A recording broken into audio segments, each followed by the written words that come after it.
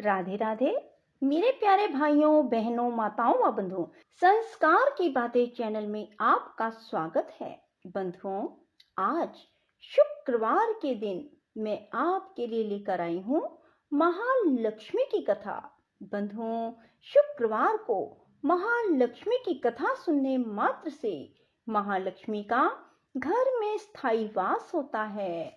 बंधुओं, यदि आप महालक्ष्मी को मनाना चाहती हैं, आप चाहते हैं कि महालक्ष्मी का आपके घर में स्थायी वास रहे, तो बंधुओं, रोजाना महालक्ष्मी की एक माला अवश्य करें। ओम श्रीम श्री नमः। बंधुओं, यदि आप रोजाना महालक्ष्मी की इस माला को करते हैं और महालक्ष्मी की इस कथा को शुक्रवार को सुनते हैं, तो महालक्ष्मी आपके घर में स्थायी वास करेंगी। बंधुओं, आप भी धनवान बनते चले जाएंगे। बंधुओं, जो आपने माला करनी है वह भी पूर्ण विश्वास के साथ करें, और जो कथा सुननी है वह भी पूर्ण विश्वास के साथ ही सुने। बंधुओं, यदि आपने हमारे चैनल को अब तक सब्सक्राइब नहीं किया तो जरूर करें और बेल आइकन दबाना ना भूलें, ताकि आपको हमारी आने वाली सभी वीडियोस की जानकारी सबसे पहले हो सके। बंधुओं, वीडियो को पूरी सुनने के बाद कमेंट बॉक्स में जय मां महालक्ष्मी जरूर लिखें। बोलो महालक्ष्मी माता की जय हो। श्री सूत जी कहते हैं, सब पातकों का नाश करने वाले जटा तीर्थ में स्नान करके विशुद्ध चित्त वाला पुरुष लक्ष्मी तीर्थ को जाए। जो जो कामना मन में रखकर मनुष्य लक्ष्मी तीर्थ में स्नान करता है वह सब प्राप्त कर लेता है।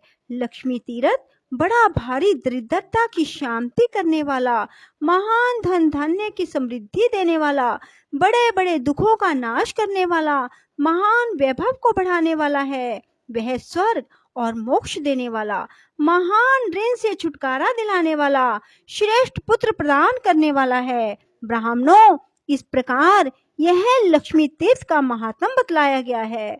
इस तीर्थ में स्नान करने के बाद अग्नि तीर्थ को जाए, वह महापुण्य में और महापातकों का विनाशक है। पूर्व काल में रावण को उसकी सेना सहित मारकर, विभीषण को लंका का राजा बनाकर, दशरथ नंदन श्री रामचंद्र जी जब सीता और लक्ष्मण के साथ सेतु मार्ग से गंधमादन पर्वत पर आए, तब लक्ष्मी तीर्थ के किनारे ठहरकर उन्होंने देवताओं, ऋषियों और पितरों के समीप वहां अग्निदेव का आवाहन किया। तब लक्ष्मी तीर्थ से कुछ दूर पर अग्निदेव महासागर से ऊपर उठे और मानव रूपधारी श्री रघुनाथ जी को देखकर इस प्रकार बोले, राम, राक्षसों को भय देने वाले महाबाहु श्री राम, आपने जो रावण का वध किया है वह जानकी जी के पातिव्रत्य धर्म के बल से ही संभव हुआ है। यह बात सत्य है, सत्य है, सत्य है। ये साक्षात जगन माता लक्ष्मी है। इन्होंने लीला के लिए मानव शरीर धारण किया। जब आप देव शरीर में स्थित होते हैं तब ये भी दिव्य देह से आपकी सेवा करती हैं। आपने मानव शरीर धारण किया है, इसलिए ये भी मानव कन्या के रूप में प्रकट हुई हैं। आप भगवान विष्णु के शरीर के अनुरूप ही ये भी शरीर धारण कर लेती हैं। जगत स्वामिन देवादिदेव जनार्दन, आप जब जब अवतार धारण करते हैं तब तब ये आपकी सहायिका होती हैं। जब आप भृगुनंदन परशुराम के रूप में अवतीर्ण हुए थे तब ये धरणी नाम से प्रकट हुई थी।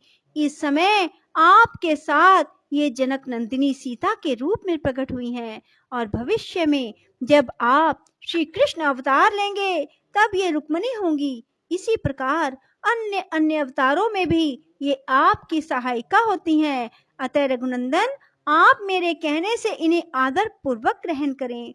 अग्नि का यह वचन सुनकर देवताओं और महर्षियों ने दशरथ नंदन श्री राम और जनक नंदिनी सीता की बार बार प्रशंसा की। श्री रामचंद्र जी ने अग्नि के साक्षी देने से परम निर्मल सती साध्वी सीता को ग्रहण किया। जिस स्थान पर अग्निदेव प्रकट हुए उसी को अग्नि तीर्थ समझो। अग्नि के प्रकट होने से ही उसका नाम अग्नि तीर्थ हुआ। उस मोक्षदायक तीर्थ में भक्ति पूर्वक स्नान करके मनुष्य उपवास पूर्वक वेद वेता ब्राह्मणों को भोजन कराए, उन्हें वस्त्र और धन दे। ऐसा करने से वह सब पापों से मुक्त हो भगवान विष्णु का सायुज्य प्राप्त कर लेता है। पूर्व काल की बात है, पाटलिपुत्र में पशुमान नामक एक वैश्य रहते थे। वे सदा धर्म में तत्पर और ब्राह्मणों की सेवा में संलग्न रहा करते थे। सदा कृषि और गौ रक्षा करते हुए पशुमान बाजार की गलियों में धर्मतः सुवर्ण आदि का विक्रय किया करते थे। उनकी 3 स्त्रियां थी जो सदा पति की सेवा में लगी रहती थी। उन तीनों स्त्रियों से सुपन्य आदि 8 पुत्र उत्पन्न हुए। वे जब 5 वर्ष के हो गए तब उन्हें कर्तव्य की शिक्षा दी जाने लगी। वे धीरे धीरे खेती, गोरक्षा और व्यापार का काम भली भांति सीख गए। सुपन्य आदि 7 पुत्र पिता की बात सुनते और पशुमान जो कहते उस कार्य को तत्काल पूरा करते। उन्होंने सोने के कारोबार में भी अत्यंत कुशलता प्राप्त कर ली, किंतु वैश्य का 8वां पुत्र दुष्पन्य बचपन से ही खोटे मार्ग पर चलने लगा। वह पिता की बात नहीं सुनता था। दुष्पन्य बाल्यकाल से ही बालकों को सताया करता था। पशुमान ने उसे दुष्कर्म परायण देखकर भी यह नादान है ऐसा कहकर उसकी उपेक्षा कर दी। तदंतर वैश्य के 8 पुत्र युवा अवस्था को प्राप्त हुए। 8वां पुत्र दुष्पन्य नगर के बालकों को दोनों हाथों में पकड़ लेता और कुआं, नदी या तालाब में फेंक देता। उसके इस दुष्ट चरित्र को कोई नहीं जानता था। जल में उनका शव देखकर लोग उनका संस्कार करते थे। तब पूर्ववासियों ने आकर राजा से यह वृतांत निवेदन किया।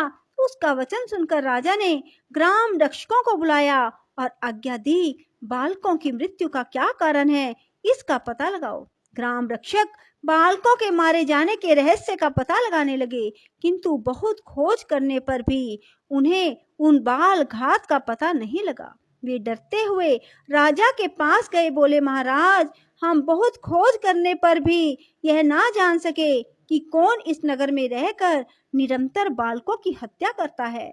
तदंतर किसी समय वह वैश्य बालक अन्य 5 बालकों के साथ कमल निकालकर ले जाने के बहाने सोवर के निकट गया।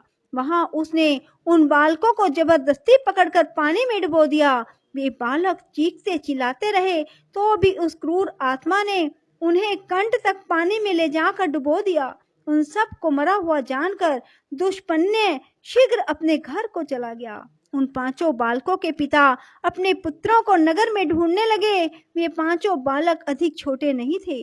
पानी में डाल देने पर भी वे मर ना सके। धीरे धीरे सरोवर के किनारे आ गए और वहीं घूमते रहे। इतने में ही अपने बंधुओं द्वारा नाम ले लेकर पुकारने की आवाज उन्हें दूर से सुनाई दी। तब उन्होंने भी जोर से बोलकर उत्तर दिया। बालकों की आवाज सुनकर उनके पिता सरोवर के तट पर गए। वहां उन्हें जीवित देखकर उन सबको बड़ा हर्ष हुआ। फिर पिता ने पूछा, तुम्हारी दशा क्यों हुई? तब बालकों ने दुष्पन्य के उस दुष्कर्म का वृतांत अपने बंधुओं को कह सुनाया। यह बात जाकर पूर्ववासियों ने राजा को इसकी सूचना दी। राजा ने पशुमान को बुलाकर कहा, पशुमान, यह नगर बहुत से बालकों से भरा पूरा रहा है, किंतु तुम्हारे दुरात्मा पुत्र ने इसे प्राय सूना कर दिया। अभी अभी इन बालकों को उसने जल में डुबो दिया था, परंतु दैव योग से जीवित निकल आए। बताओ इस समय क्या करना चाहिए? मैं तुम्ही से पूछता हूँ, क्योंकि तुम सदा धर्म में तत्पर रहते हो।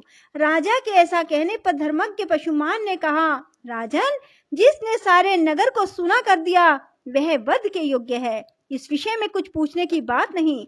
यह अत्यंत पाप आत्मा मेरा पुत्र नहीं, शत्रु ही है, जिसने इस नगर को बालकों से खाली कर दिया। उस दुष्ट के उद्धार का मुझे कोई उपाय नहीं दिखाई देता। मैं सच कहता हूँ, इस दुष्ट आत्मा को प्राण दंड दिया जाए।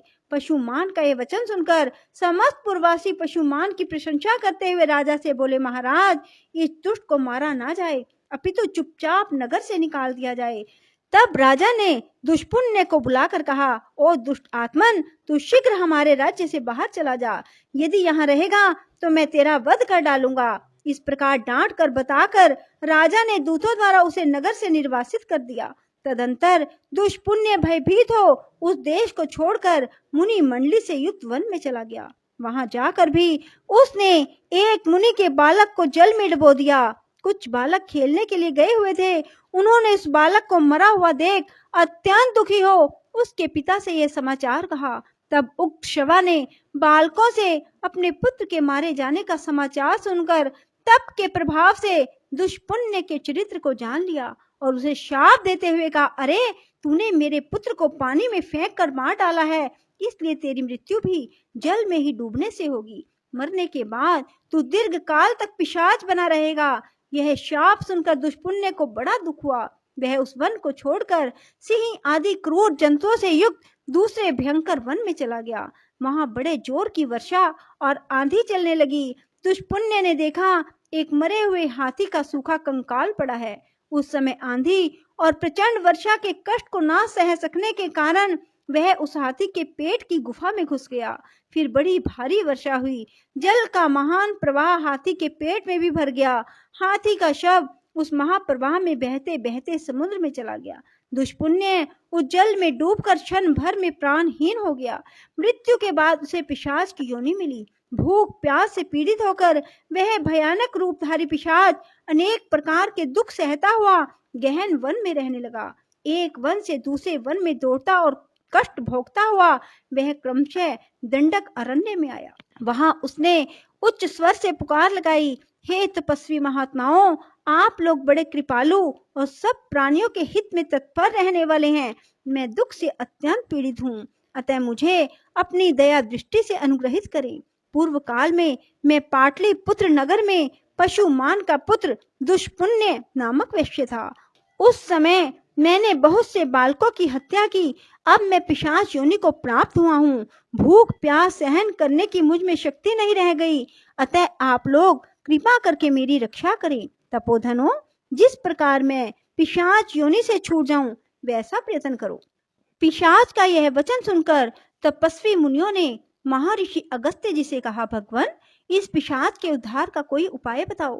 तब अगस्त्य जी ने अपने प्रिय शिष्य सुतीक्ष्ण को बुलाकर कहा, वत्स सुतीक्ष्ण, तुम शीघ्र गंधमादन पर्वत पर चले जाओ। वहां सब पापों का नाश करने वाला महान अग्नि तीर्थ है। महामते, उस पिशाच के उद्धार के उद्देश्य से तुम उस तीर्थ में स्नान करो। अगस्त्य जी के ऐसा कहने पर सुतीक्ष्ण जी गंधमादन पर्वत पर चले गए और अग्नि तीर्थ में जाकर पिशाच के लिए स्नान का संकल्प करके वहां उन्होंने 3 दिन तक नियम पूर्वक स्नान किया। फिर रामनाथ आदि तीर्थों का सेवन और स्नान करके श्रेष्ठ ब्राह्मण सुतीक्ष्ण जी अपने आश्रम पर लौट आए। उस तीर्थ में स्नान के प्रभाव से वह पिशाच शीघ्र ही दिव्य देह को प्राप्त हुआ और सुतीक्ष्ण, अगस्त्य और अन्य तपोधनों को बार बार प्रणाम करके उनकी आज्ञा ले प्रसन्नता पूर्वक स्वर्गलोक को चला गया। बोलो लक्ष्मी माता की जय हो। राधे राधे, जय श्री कृष्णा। बंधुओं, यदि आपको हमारी वीडियो पसंद आए तो इसे लाइक करें और शेयर भी जरूर करें। धन्यवाद।